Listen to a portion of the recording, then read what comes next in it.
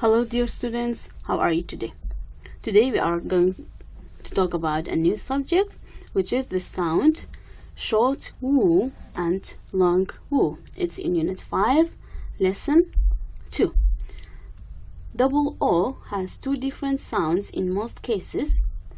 The sound short woo and long woo. Short woo, just like cook and book. Long woo, just like moon and food. Let's see more examples about them. First one is the short woo, just like cook, cook, book, book, look, look, foot, foot. More examples: wool, wool, took, took, good, good, rook, rook. This is about short woo.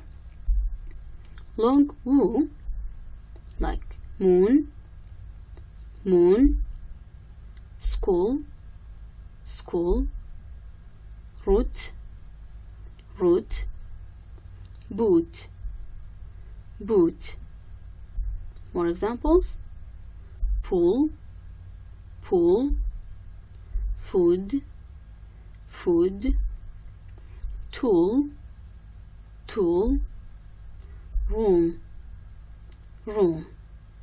This is about the sound long woo. Let's review. Double O has the sound, has two different sounds: short woo and long woo. The sound short woo, like book, took, cook.